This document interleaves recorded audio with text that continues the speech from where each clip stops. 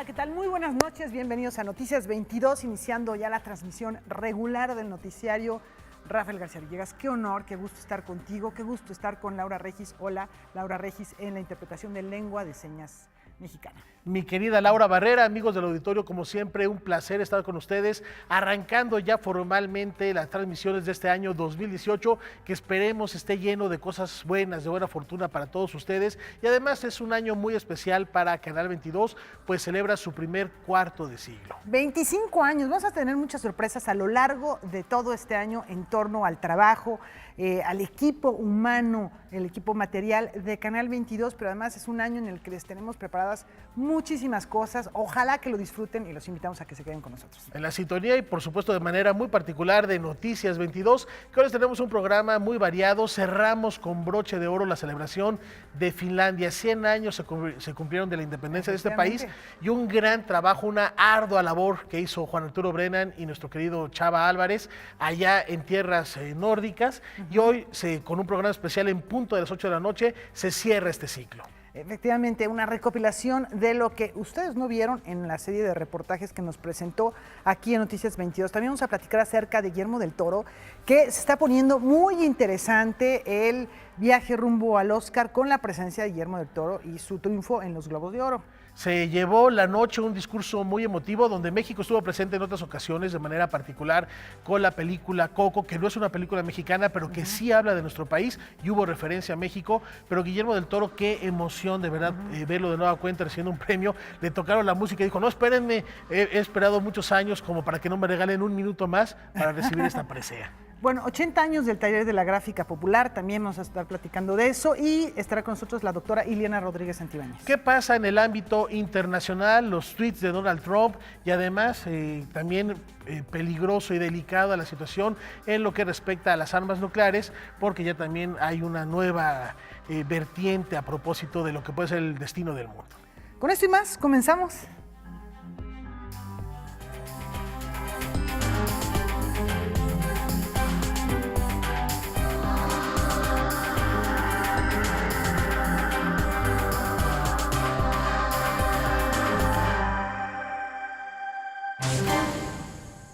Bueno, con el inicio del año, Rafa, inició la temporada de los premios a lo mejor de la industria cinematográfica en los Estados Unidos. Ya lo comentábamos, ayer se llevó a cabo la edición 75 de los Globos de Oro, donde Guillermo del Toro se llevó el reconocimiento al mejor director por La forma del agua, que todavía no se estrena en nuestro país. Efectivamente, y lo que les vamos a presentar es lo que nos dijo en el marco del Festival de Cine de Morelia.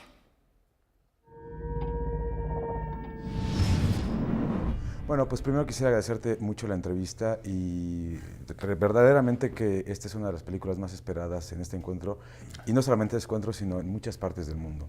Y lo que me gustaría saber, y no lo dijiste abiertamente, pero al menos así lo percibí, es que sentías un poco, creo que dejaste claro que te sentías un poco, o te traicionabas un poco a ti mismo haciendo la Cumbre Escarlata. No, fue más un sentimiento de que había un camino que ahí acababa. Es decir, tenía que redefinir, o sea, cuando haces la Cumbre Escarlata por 50 y tantos millones, la tienen que vender como película de terror. Entonces traicionaste ahí estás haciéndola por más y queda muy bonita y todo el rollo, y luego se vende como algo que no es. Y eso es una ruptura muy, muy grande. Entonces, cuando me acerqué a La forma del agua, le dije a Fox Search, le dije, ¿por cuánto la hago que me permitan venderla como lo que es, como lo que va a ser? Que no la tengamos que vender como película de acción o como thriller o como, ¿me entiendes? Y me dijeron la cifra y la cumplí cabalmente. Al día de hoy estoy $100,000 abajo. Pero en ese sentido, ¿te reconciliaste un poco contigo mismo con La forma del agua? Completamente no. Te digo, para mí es biografía. Es decir, para mí hubo un momento dolorosísimo en la Cumbre Escarlata. Le das 3 años de tu vida, haces lo mejor que puedes, bla, bla, bla. Y si te venden una aspiradora como coche o un coche como aspiradora, aunque sea un gran coche, no es una buena aspiradora. Y la película no era una película de terror, se vendió así y fue... Si no aprendes de un frentazo de ese tamaño, pues no aprendiste.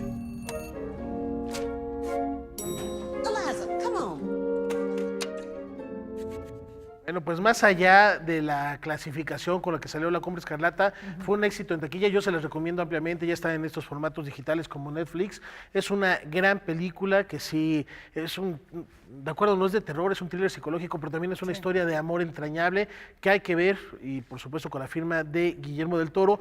Y más adelante les tendremos la segunda parte de esta conversación a propósito de la forma del agua que le hace merecedor a los Globos de Oro, pero ahí no terminó la fiesta, Laura. Efectivamente, los Globos de Oro, pues pintados digamos que de negro, la ceremonia organizada por la Asociación de Prensa Extranjera en Hollywood va a ser recordada por las voces que se estuvieron manifestando para hacer frente a este tema que ha sido yo creo que de los grandes escándalos de Hollywood de los últimos años, uno de los mayores, ¿no? Y por ahí salió a relucir desde el inicio de la ceremonia el nombre de Kevin Spacey, el abuso de poder en Hollywood para llegar a determinados Mucho puestos. poder, acoso sexual, favores de todo tipo. Vamos a ver qué es lo que ocurrió.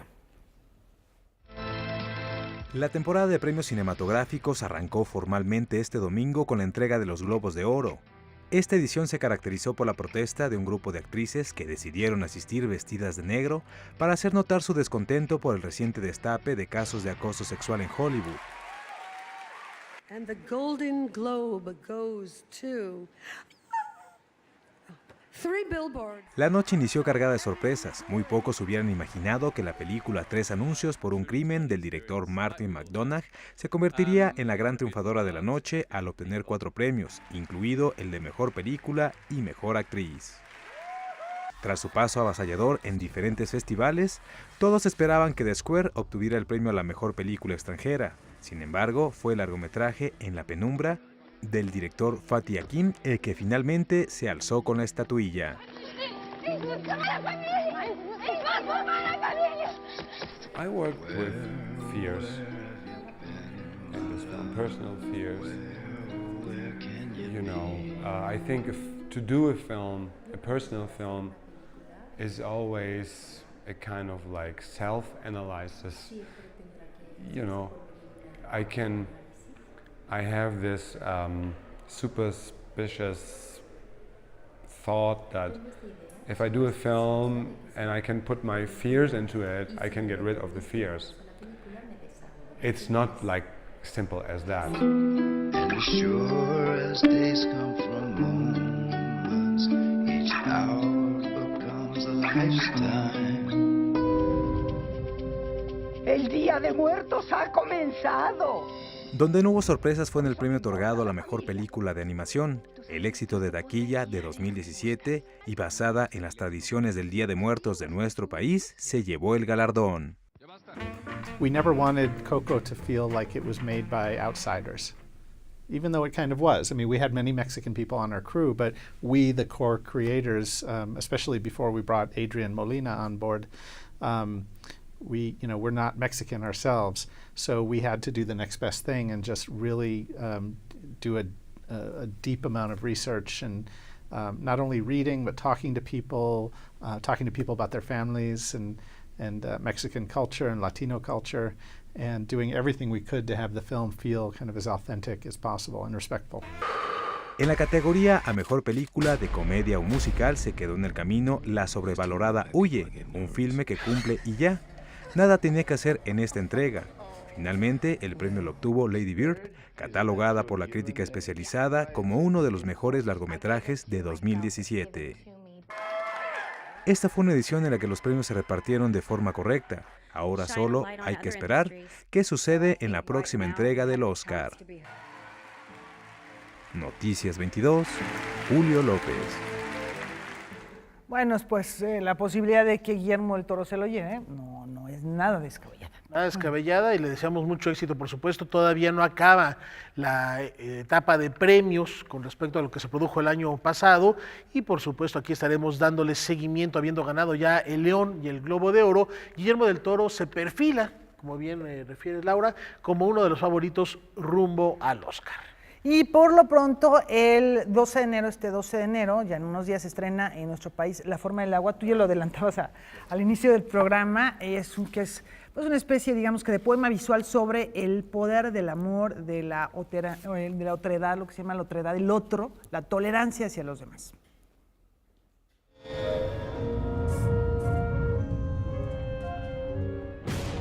Es una fábula moderna situada en los años 60, con un abanico de personajes, pero también es una historia de amor, vista con personajes oprimidos. ¿Qué posibilidades te daba también hacer,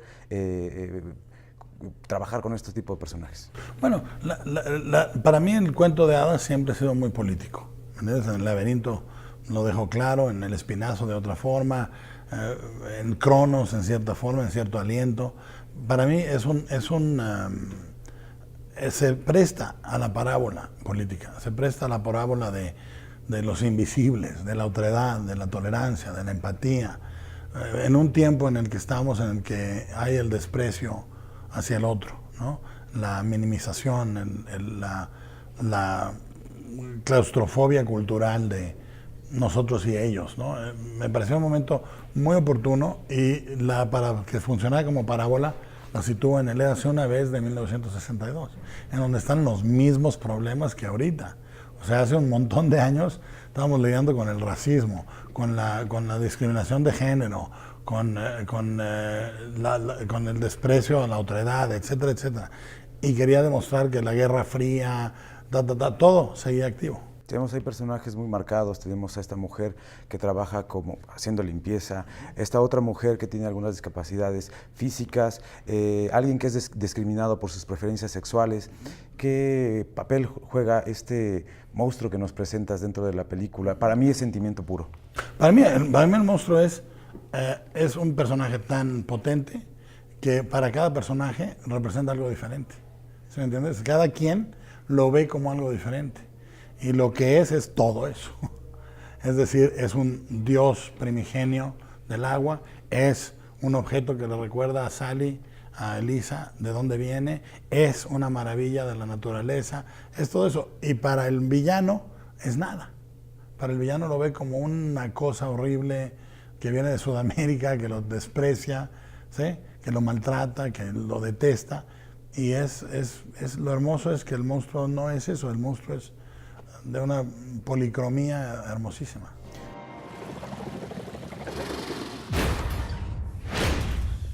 You deliver, that's what you do, you deliver, right? Right? Cuando se apagan las luces y empieza esta historia a contarse, lo primero que imaginaba yo es cómo ibas a realizar el encuentro con estos dos personajes, dónde se iban a encontrar y cómo iba a ser esa primera vez, ese primer amor a primera vista. En tu caso me gustaría saber, ¿cuándo empezaste a pensar de forma creativa con estas criaturas que forman parte de tu filmografía? Desde muy chiquito, te digo, cuando yo vi a los 6 años en la tele, en el Canal 6 de Guadalajara, vi La criatura del lago Negro, ya estaba perdidamente enamorado de los monstruos.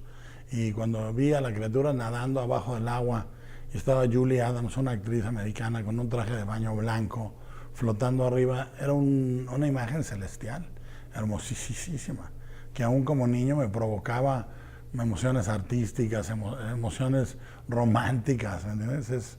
Siempre he visto a los monstruos yo como familia.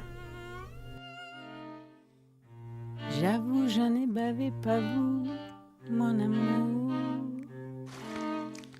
avant d'avoir eu vent de vous. The natives in the Amazon worshipped it like a god.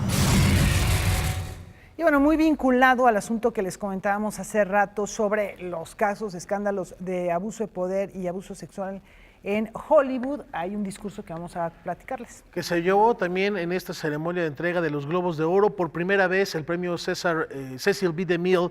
Cecil B. DeMille fue, rapidísimo les comento, un cineasta, director de películas emblemáticas como Los 10 Mandamientos o como Rey de Reyes, que fallece a principios de mediados del siglo pasado, por ahí de 1952, y que en su honor se funda este premio. Por primera vez se le otorga a una mujer afroamericana, y es Oprah Winfrey quien alzó la voz precisamente contra, y eso que platica también Guillermo del Toro en su discurso, contra la discriminación, por la igualdad, por el reconocimiento de los individuos, y así cerramos este ciclo dedicado al Globo de Oro. Vamos a la pausa, escuchamos parte de este discurso.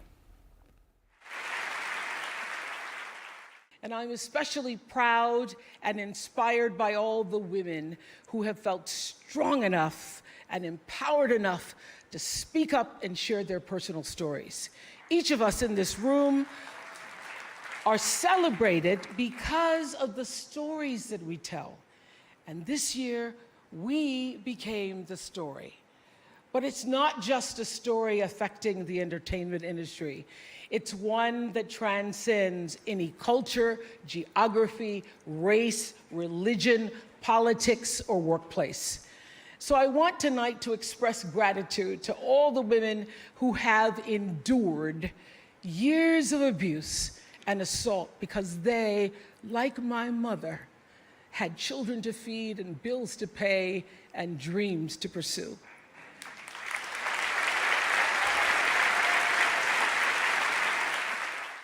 For too long, women have not been heard or believed if they dared to speak their truth to the power of those men. But their time is up.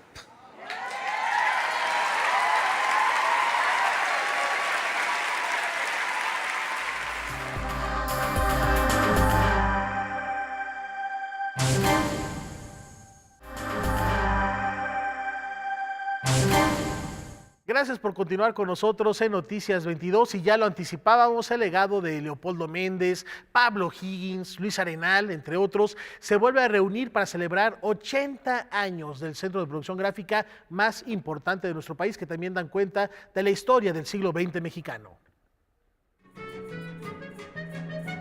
El Museo Nacional de la Revolución alberga la exposición Taller de Gráfica Popular 80 años, una muestra que da cuenta de la importancia de este centro de trabajo colectivo que realizó un esfuerzo constante de cooperación con diferentes organizaciones en México y otras partes del mundo, siempre en pro de movimientos progresistas y democráticos.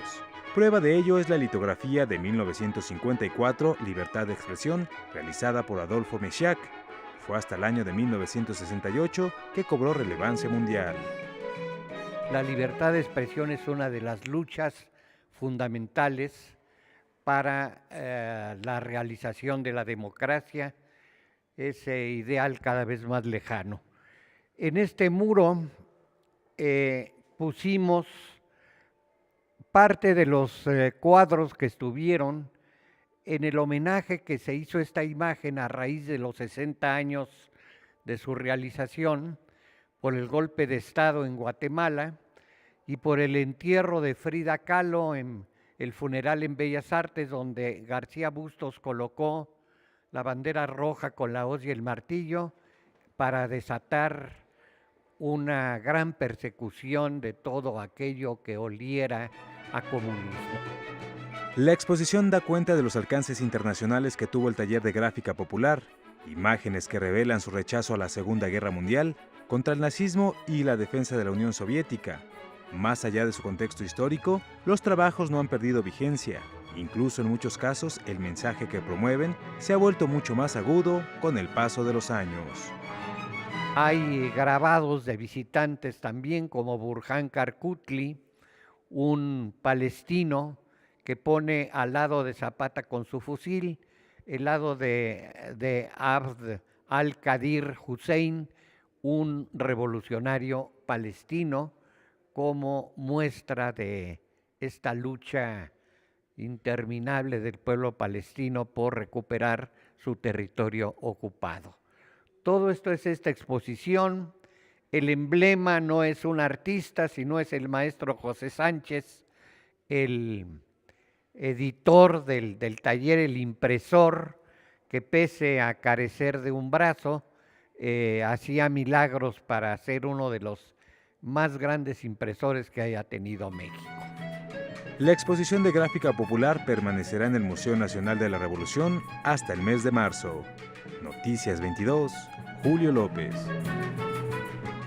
El sonido y la furia es el título del libro de William Faulkner, su cuarta novela, que es narrada por una persona con discapacidad mental. Haciendo clara alusión a este título, ahora es Michael Wolff quien publica una obra que se llama El fuego y la furia de Donald Trump, que ha sido puesto de nueva cuenta al mandatario estadounidense en el ojo del huracán, porque en esta se rescatan testimonios de personas que han estado en la Casa Blanca. Para platicarnos al respecto esta noche, nos da mucho gusto saludar y le deseamos un extraordinario año a la doctora Eliana Rodríguez Santibáñez. Bienvenida.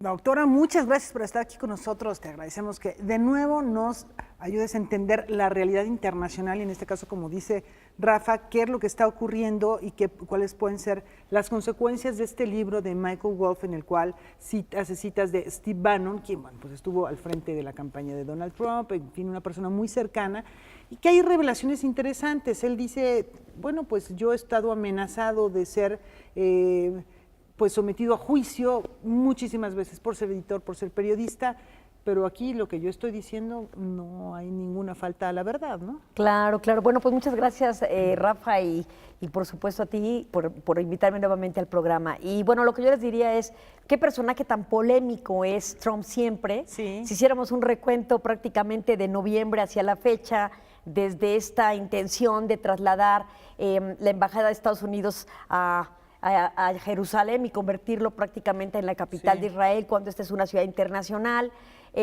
Tenemos los escándalos de la trama rusa, que se le acusa de un infiltramiento y haber participado en previas conversaciones que dañaron la campaña de Hillary Clinton. Ese asunto, por supuesto, más vivo que nunca. Y que y las respuestas, los comentarios suyos también a través del Twitter, bueno. Y que ha hecho caer a exconsejeros de seguridad de él como Flynn y como Papadopoulos, ¿no? Que decían, no participamos, y resulta que siempre sí habían participado en esta como informantes o como que habían preparado las citas que se habían tenido con el gobierno ruso, etcétera. Es decir, el entramado se sigue investigando en el caso de las infiltraciones respecto al gobierno ruso y viceversa con el gobierno estadounidense. Pero ahora viene este libro, esta obra que está vendiendo millones de tomos y que, bueno, finalmente es un gran escándalo para Trump, un hombre que tiene un gran ego, un hombre que responde a las audiencias y que no soporta ver su imagen dañada de esta manera. Pero finalmente nosotros sabemos que en el mundo editorial y sobre todo en este tipo de historias,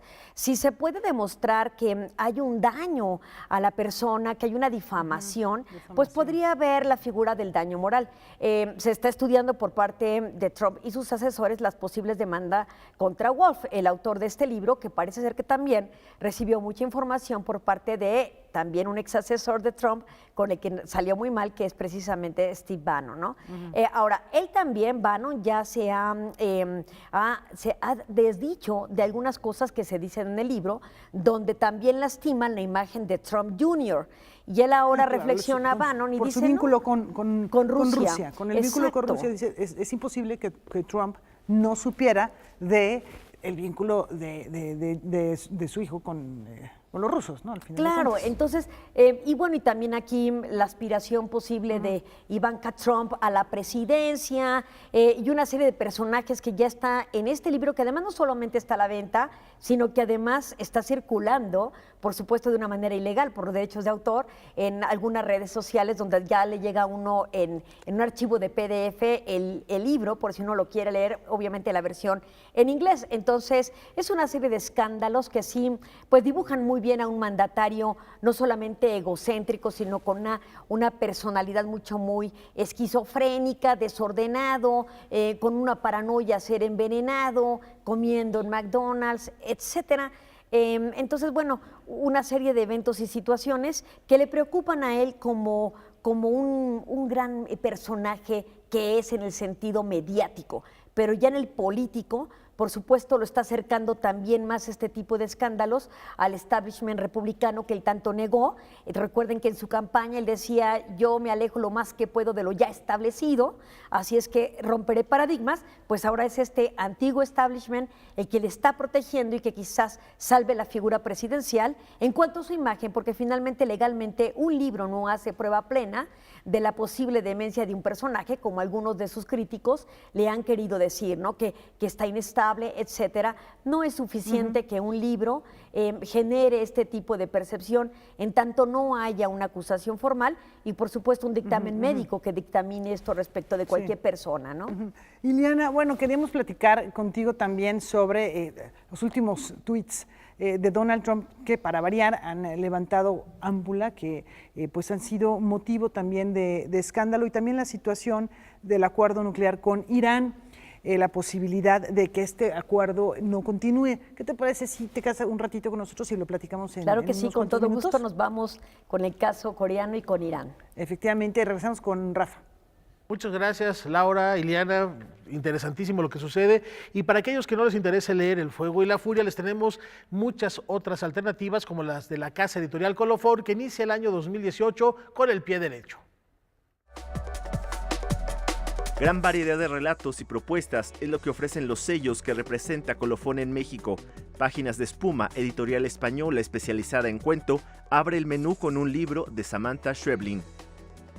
Uno de los nuevos libros de Páginas de Espuma, La respiración cavernaria de esta cuentista maravillosa que es Samantha Schweblin, ganadora del Premio Ribera del Duero. Pero en esta ocasión Páginas de Espuma decide hacer un libro ilustrado con uno de los cuentos de Samantha, donde se habla de la muerte de una manera muy particular.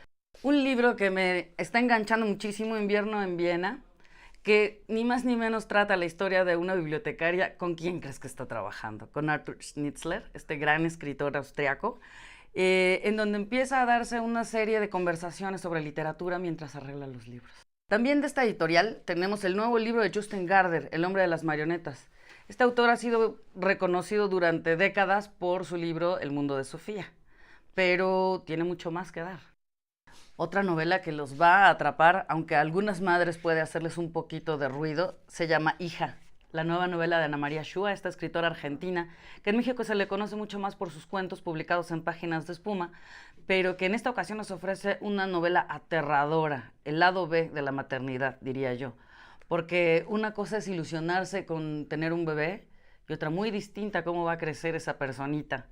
La oportunista de Tarryn Fisher, esta escritora muy poco conocida en México, ofrece una trepidante historia sobre una chica que diría yo no es ni buena ni mala. Casi siempre se trata de encasillar a los personajes entre los que son muy buenos, los que les va de la patada por supuesto, y los malos. Ella hace cosas muy malas, pero al final creo que se reivindica en una historia de amor poco ortodoxa. Además, para el primer semestre del año, Colofón publicará de Mónica Lavín un libro infantil ilustrado por María Perujo. Es un libro de libélulas, pero de diferentes colores, en donde se muestra un poco a los niños cómo hay que aceptar a las personas, no importa de qué color sean, de qué raza o de qué credo religioso. Noticias 22, Alberto Aranda.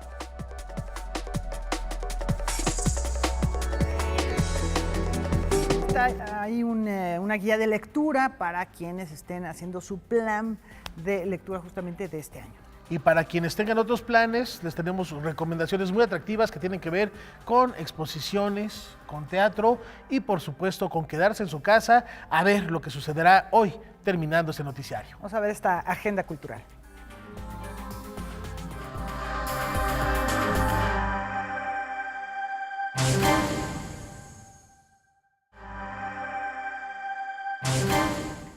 En su nueva exposición, Fernando Cebes nos muestra qué sucede cuando un paisajista pone su talento con la finalidad de documentar excavaciones arqueológicas en zonas como el Templo Mayor. Vamos a ver.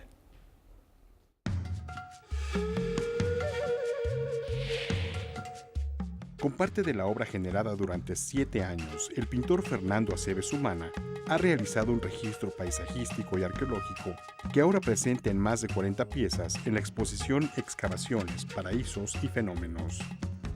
Trabajos hechos in situ dentro de las excavaciones de Templo Mayor, en el sitio de Ajaracas, gracias al doctor Leonardo López Luján, que me permitió trabajar con su equipo. Y de ahí ya, bueno, hice unos cuadros de formato monumental, ¿no? Otros son de trabajos hechos del natural en el sitio de Monte Albán. Hay uno de la tumba de Atzompa que me permitieron pintar el ajuar tal cual se preservó durante 900 años. O sea, me invitaron a registrarlo antes de removerlo, gracias a Nelly Robles y Jaime Vera. Y esta serie de atrás son una serie sobre una interpretación libre sobre cómo era el camino a Mictlán.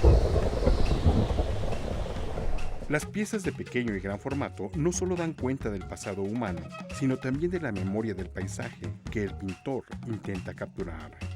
Es un tema que me gusta mucho, el tiempo y la luz en la que se está haciendo. También hay otras que son, bueno, los paraísos. Unas eran Lo que estoy haciendo es un registro de zonas que son susceptibles de perderse y que tal vez las próximas generaciones no van a ver. Digo yo, mi padre me llevaba de niño a ver los cuadros de José María Velasco, que son como el referente más humano, digamos, de todo el bien natural que se perdió en el Valle de México.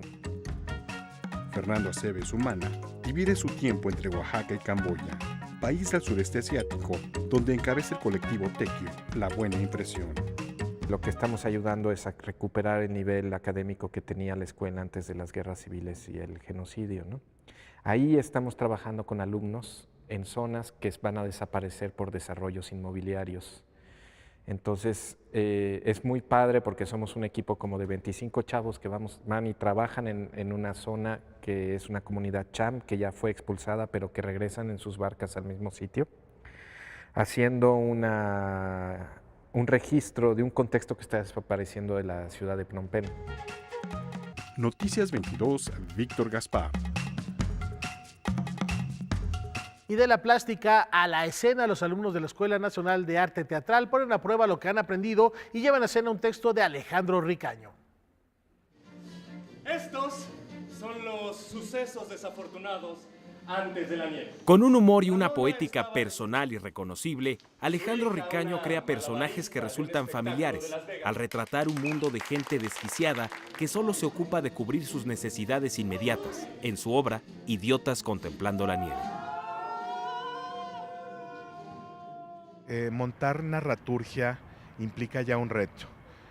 Ricaño propone personajes populares muy ricos y de pronto se topan con un elemento meteorológico en donde cae la nieve y eso los afecta y los impacta de una manera muy especial.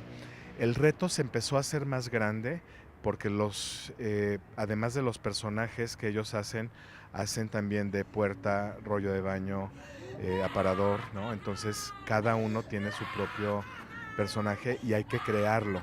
Entonces el proyecto se fue haciendo cada vez más grande y más complejo, pero hemos trabajado más de lo suficiente para dar al público que va a venir a visitarnos una experiencia realmente enriquecedora y un trabajo muy cercano a lo profesional, si no es que es profesional ya casi. ¡Mira rojo de pronto! ¿Y te agarró a medio camino? ¡Medio camino, Benito! A partir del texto de Ricaño, 8 alumnos del cuarto año de la licenciatura en actuación de la Escuela Nacional de Arte Teatral de Limba, bajo la dirección de Alejandro Vélez, conforman la constelación de relaciones entre los personajes y la ofrece al público como una interrogante. ¿Qué es realmente lo más importante para nosotros? Estoy muy contento de trabajar con este equipo de trabajo, ser apoyado por Gabriela Pérez Negrete, la directora de la Escuela Nacional de Arte Teatral, y todo su equipo de producción y de creativos con el que estamos trabajando. Me llamaron Elvis Rosendo para no faltar a la tradición de ponerle a los hijos los espantosos nombres de los abuelos. Las funciones son en el Foro Antonio López Mancera de la ENAP del 31 de enero al 4 de febrero. Con información de Salvador Perches Galván, César Meléndez, Noticias 22. Llévatela entre 60 y 80, no te bajes de ahí. Papalote Museo del Niño tiene una invitación a los pequeños para comenzar el año en armonía con el entorno y la naturaleza. Vamos a ver de qué se trata. Observar la naturaleza y con ello a las especies que habitan el planeta, así como revalorar y redescubrir algunos animales en peligro de extinción, es el objetivo de la temporada Zoom que alberga el Papalote Museo del Niño. A través de diferentes espacios como el mariposario y el huerto urbano, el público visitante podrá convivir con arácnidos y reptiles o conocer el proceso de siembra de algunas semillas. Aquí los niños pueden ver cómo se cultiva la lechuga, cómo se cultiva el rábano, cómo se cultivan otras especies e incluso se pueden llevar parte de. O bien ir a un huerto, el llamado huerto urbano aquí en Papalote, en donde conocen cómo se cultiva en espacios muy pequeños alimento comestible, plantas medicinales que puedes tener en casa y a veces en casas muy pequeñas como departamentos, terrazas. Tenemos unos ajolotes que están muy bien cuidados, muy bien preservados, pero queremos que aprendan sobre esta especie de anfibio que está en peligro de extinción, que es un animal endémico del Valle de México, de manera particular de la zona de los humedales de Xochimilco, y que los niños no solo los vean en un video o en una enciclopedia o en un libro, que los vean en vivo que conozcan cuáles son sus características, por qué tenemos que cuidarlos, por qué tenemos que preservarlos. El patio de aventuras y una gran chinampa es otra de las zonas dedicadas a la conservación de recursos naturales como el agua. En donde los niños pueden descubrir cómo se lleva este cultivo, cómo este pedazo de tierra artificial creada por el hombre permite subsistir a comunidades como la que tenemos aquí en la Ciudad de México, en el Valle de México, en la zona de Xochimilco, y cómo son cosas que tienen que rescatarse, que no se han perdido y que ayudan a una comunidad no solo en su economía, sino en sus tradiciones. Desde niños muy pequeños hasta niños muy grandes van estos mensajes implícitos sin que se convierta en un salón de clases. Queremos más bien ser un espacio educativo no formal, muy divertido. Noticias 22, Karen Rivera. Qué gusto iniciar las transmisiones de Noticias 22 de este año ya de forma regular, oficial, como decía Rafa, con la presencia de Juan Arturo Brennan. Vamos con él. Mi querido Juan Arturo, si tuviera sombrero en ese momento, me lo quitaría para darte la bienvenida. Gracias. Y presentar con bombo y platillo el programa que se transmite hoy a las 8 de la noche en Canal 22, que es la suma de una experiencia. Yo quiero hablar más de la experiencia porque el programa lo van a ver. Sí. Platícanos, Finlandia, 100 años, Finlandia en el tintero. Sí, bueno, básicamente le llamé Finlandia en el tintero porque es material inédito, material que no hemos transmitido en los programas que estuvimos pasando durante el último par de meses del año, porque trabajamos tanto que nos quedó mucho material, entonces todo es nuevo. Hay 3 entrevistas muy importantes: literatura, política, muy importante, y cine. Un reportaje arquitectónico de Helsinki y un reportaje sobre la ciudad de Tampere. En fin, ya lo van a ver porque incluso en la introducción lo platico con más detalle. El asunto, como dices, lo importante fue que Noticias 22 estuvo allá. Se celebró el año pasado el primer centenario de la independencia de la República de Finlandia y había que hacerle ruido, no simplemente porque es esa la efeméride del momento, sino porque Finlandia es una sociedad muy particular. Es una sociedad en la que en prácticamente todos los aspectos sociales, políticos, económicos, demográficos, educativos, culturales, artísticos, etcétera, hay un avance monumental en estos 100 años que finalmente es una historia joven en cuanto a independencia, ¿no? Y bueno, ¿qué sorpresas te encontraste más allá de este trabajo periodístico? ¿Qué descubriste en Finlandia o qué pautas de una ciudad, de un país joven, descubriste como para que sean ejemplo para otras latitudes? Mira, esta es como creo que mi 6ª visita a Finlandia, es la segunda que hago con Noticias 22, y aquí debo interpolar una cosa importante antes de seguir adelante, que tanto el proyecto del año pasado, que culmina hoy, como el que hicimos en 2015, ¿te acuerdas? Sibelius, que fuera su sesquicentenario natal, no hubiera sido posible, aunque yo soy el que da la cara, sin la colaboración de nuestro común amigo y colega Chava Álvarez, Salvador, que se puso las pilas, hizo un montón de cosas conmigo allá, hizo la fotografía allá, hizo la edición acá, la postproducción. O sea, se convirtió desde nuestro primer encuentro, que fue hace 2 años, en un colaborador indispensable y muy grato de trabajar con él, ¿sí? Entonces es importante que se sepa que este proyecto es conjunto, mío y de Salvador como realizadores, y que es una iniciativa de Noticias 22, el canal 22, la Embajada de Finlandia en México y de manera importante allá en Helsinki el Ministerio de Asuntos Exteriores. Me preguntabas qué descubrí, lo que había ido descubriendo en mis visitas anteriores, una sociedad muy desarrollada, ¿sí?, con pocos recursos naturales, pero súper bien aprovechados, con un índice de transparencia, gobernanza y rendición de cuentas absolutamente formidable, el mejor nivel educativo del mundo, entre los 2 o 3 mejores, y algo que creo que está en la base de todo esto, que es la confianza mutua que tienen los ciudadanos entre sí y gobernantes y gobernados. Es algo que, creo que toda nación del mundo podría aprender mucho de ello y de muchas otras cosas. Y algo que podremos constatar y confirmar hoy, en punto a las 8 de la noche, aquí en Canal 22, Finlandia en el tintero, del maestro Juan Arturo Brennan. Muchísimas gracias, Juan Arturo. Gracias, Rafa. 15 segundos, 15 segundos. Platícame tu corbata. Bueno, la corbata, por supuesto, como es mi primera aparición en Noticias 22 este año, la corbata es una especie de manda o rito propiciatorio. Lo único que deseo, por eso la corbata futbolera, es que el Mundial sea un buen Mundial. No me interesa nada más. Yo sí me voy a meter horas infinitas a embrutecerme ricamente con el fútbol y me traje la corbata aquí para que sea un buen Mundial. Gracias, Juan Arturo. Nos vemos al ratito en Finlandia en el tintero. Una pausa, regresamos.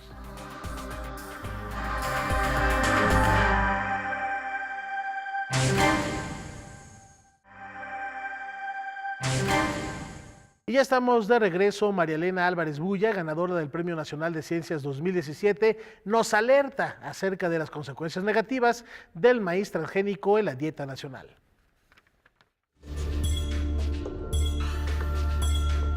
Se estima que los mexicanos comen en promedio medio kilogramo de maíz por día, entre harinas, tostadas, tortillas, cereales y botanas. De acuerdo con un estudio encabezado por la doctora María Elena Álvarez, investigadora del Instituto de Ecología de la UNAM, del total de tortillas que se consumen en México, el 90.4% tiene secuencias de maíz transgénico, presencia que alarma a los estudiosos de este alimento básico para la dieta nacional. Estudios recientes nos están mostrando que el maíz americano de bajísima calidad, le llamamos un maíz chatarra, un maíz botarga, porque parece maíz, pero ya nada tiene del maíz original mexicano, que tiene grandes cantidades de fibras, de alimenticias, nutricionales, de proteínas, de antioxidantes y antiinflamatorios importantes para la prevención de enfermedades crónicas degenerativas como el cáncer. Y este maíz chatarra americano además está transformado genéticamente, es transgénico y tiene en una proporción importante glifosato. Glifosato, que es un herbicida que ahora sabemos puede ser un cancerígeno y es un teratógeno importante. Cerca de 10 millones de toneladas de este maíz llegan a nuestro país y aunque se había prometido que no se iban a usar estos maíces de bajísima calidad nutricional en comparación con el maíz mexicano para alimento humano, los estamos encontrando en más del 90% de las tortillas, en el 100% de las harinas industriales y en una proporción muy alta de las tostadas, de los totopos, de las botanas. La propuesta del maíz modificado genéticamente es que los cultivos sean inmunes a los efectos de los herbicidas y resistentes a las plagas. Una investigación que publicó en octubre del 2016 el diario The New York Times, en la que comparó la producción de maíz en comunidades de Europa, continente que rechazó en gran medida los transgénicos, con Estados Unidos y Canadá, que los aceptaron, comprobó que en estas dos naciones no se obtuvieron rendimientos más allá de las observadas en los cultivos convencionales. Todo el conocimiento y toda la información que hemos generado en torno al maíz transgénico y también en torno a la posibilidad de entender la emergencia y la progresión de enfermedades crónico-degenerativas como el cáncer, surge de nuestro trabajo en biología del desarrollo con un enfoque de sistemas complejos, utilizando primordialmente las plantas como sistema modelo. Entonces, el maíz transgénico es más caro, sí tiene riesgos de toxicidad a la salud y tiene implicaciones muy graves para la agricultura campesina y para el ambiente. El problema es que este maíz de bajísima calidad está inundando el mercado de alimentos de maíz industrializados. Pero aquí ya hay intereses corporativos más que ciencia verdadera. El ciudadano mexicano hoy por hoy no puede saber si una tostada, una tortilla, un alimento que parece estar hecho de maíz está contaminado con transgénicos. ¿Por qué? Porque no están etiquetados los alimentos, ¿no? Yo creo que cualquiera puede distinguir una buena tortilla de maíz nativo o criollo, como se llama, por ejemplo, de un maíz azul, rojo, inclusive amarillo, blanco, de una tortilla de maseca. No produce más y, por lo tanto, además no lo necesitamos, por lo tanto no hay ninguna razón para que tengamos al maíz transgénico en la agricultura mexicana y mucho menos para que lo tengamos en nuestro alimento. Bueno, tendremos que ir a hacer trabajo de investigación de campo. Regresamos con la doctora Ileana Rodríguez Santibáñez para platicar en manos de quién está el destino del mundo. Bueno, continuamos platicando con Ileana Rodríguez Santibáñez, quien ahora, habíamos adelantado ya que quisiéramos que nos platicaras tu punto de vista, nos ofrecieras tu punto de vista sobre los tweets de Trump en los cuales amenaza al líder de Corea del Norte, a Kim Jong-un, y que, bueno, pues muchos han dicho, no solamente es una amenaza de un carácter internacional muy peligroso, sino que además también se hace a través de una red social como Twitter. Incluso ha habido peticiones de que sea expulsado de esta red social por incitar a la violencia, que tal vez sería lo de menos, pero bueno, no es un asunto tampoco a dejar pasar. Bueno, eso de expulsarlo, creo que es el principal publicista de la red social de Twitter. Claro, no pero bueno, tú haces un comentario que es interesante y yo diría, Lo que enlaza a los temas que preocupan en este segmento es precisamente Corea del Norte y a Irán. Y lo que las une en ese hilo conductor sería precisamente el tema del uso de la energía nuclear. Por una parte encontramos a un líder, Kim Jong-un, enloquecido, amenazando con la prueba de estos misiles de largo alcance que ya serán en algún momento capaces de llevar alguna ojiva de carácter nuclear y que amenaza con incluso mandarlas prácticamente al otro lado del continente, hacia Estados Unidos, mientras que también tenemos a una Irán que está en este momento de alguna manera apaciguada en términos de diplomacia internacional a partir de un acuerdo que logró Obama en 2015 y que tiene que ver con la disminución de explotación de plutonio, que es un elemento necesarísimo para la creación de energía nuclear, que al disminuir su explotación en determinados niveles asegura la no producción de un arma nuclear. Entonces, este es el símil que tienen tanto Corea del Norte como el propio Irán. Ahora, ¿qué pesa sobre estos dos países? El tema de las sanciones internacionales, que de alguna manera también está asfixiando la economía de esas dos entidades. Corea del Norte, por una parte, espera que Asia procure su economía, estoy hablando de Rusia y China, y que por otra, la Unión Europea y también Estados Unidos levanten las sanciones que están impactando a su economía. Y también del lado de Irán lo que tenemos es una Irán que dice que en algún momento el año pasado anunciaba que podría dejar el acuerdo nuclear si no le quitaban las sanciones que en ese momento impactaban a su economía. Ahora el que amenaza en salirse del acuerdo nuclear es precisamente Donald Trump, que siempre ha querido hacerlo, es decir, quiere también terminar con el legado de la diplomacia que logró en su momento Barack Obama. Y también vemos muy desdibujada la figura del secretario de Estado Rex Tillerson, que ha tenido que seguir los dichos del mandatario estadounidense y que, bueno, también ponen entredicho el nivel de la política internacional, de la diplomacia internacional que solía tener Estados Unidos hasta todavía el gobierno pasado. Recordemos que el propio Trump ha sido una persona que no ha querido participar activamente de las organizaciones internacionales, ya salió de la UNESCO, ha quedado como un observador y bueno, está amenazando también en recortar el presupuesto de Naciones Unidas, etcétera, porque finalmente tiene una visión que es muy aislacionista y que está impactando al liderazgo que Estados Unidos solía tener. Entonces, no hay que perder de vista estos elementos, también un reacomodo internacional donde la Unión Europea, específicamente Alemania y Rusia, en el eje asiático o en el euroasiático, están saliendo para precisamente enarbolar estos espacios que Estados Unidos está dejando en el espacio internacional. Estos países que mencionas forman parte del grupo G5+1, que son los que firmaron el acuerdo, que forma parte de este acuerdo con Irán, pero de acuerdo con las leyes de Estados Unidos, esto se tiene que ratificar, si no me equivoco, cada 3 meses. Y Trump ha dicho, esto no lo vamos a hacer.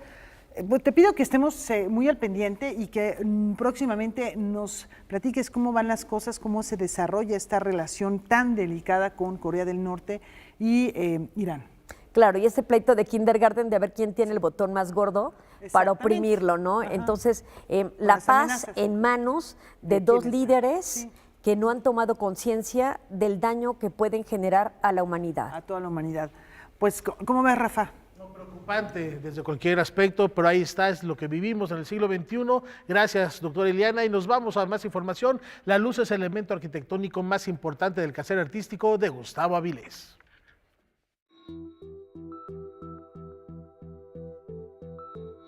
Durante más de 30 años, el arquitecto Gustavo Avilés se ha interesado por explorar la relación que existe entre la luz con los espacios arquitectónicos y las diferentes disciplinas artísticas. Esta inquietud lo llevó a crear el proyecto Black Box, Galería Experimental de Arte e Iluminación. Surge de la inquietud o del movimiento de ver que la luz no solo es el aspecto visible, óptico de las cosas, sino que la luz también trasciende ese significado visual y que se transmite y trasciende hacia otras disciplinas y que por ellas se manifiestan.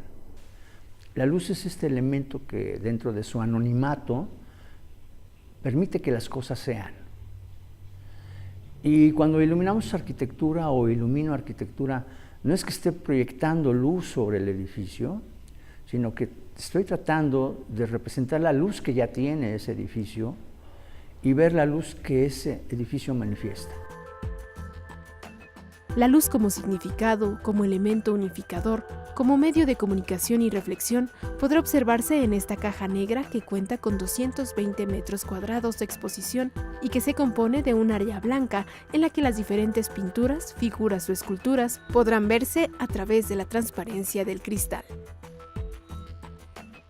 Y después entramos en un espacio que es su complementario, que es lo oscuro.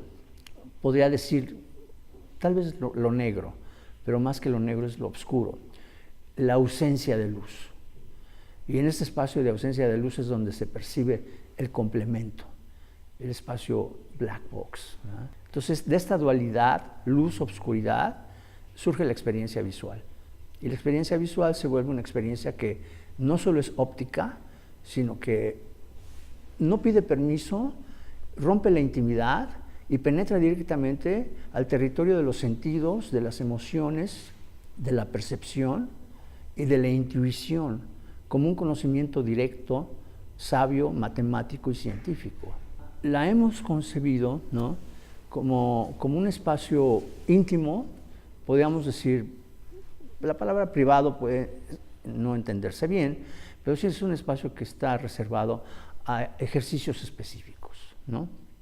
Consideramos que no está abierto al público, queremos hacerlo por invitación. Para el programa de actividades del 2018, la galería ubicada en Avenida Revolución 1349 en San Ángel planea exhibir obras de artistas como Alberto Castro Leñero y Paloma Torres. Noticias 22, Karen Rivera. Bueno, nos vamos a despedir, Rafa, qué gusto estar contigo, con la presencia del gran camaleón. David Bowie se cumplen 71 años de su natalicio y lo vamos a recordar, este hombre que revolucionó la escena del rock, sobre todo en los años 70 del siglo pasado. Lo disfruten, está la cita para mañana. Laura, muchas gracias. Laura Regis, buenas noches. Muy buenas noches, hasta mañana.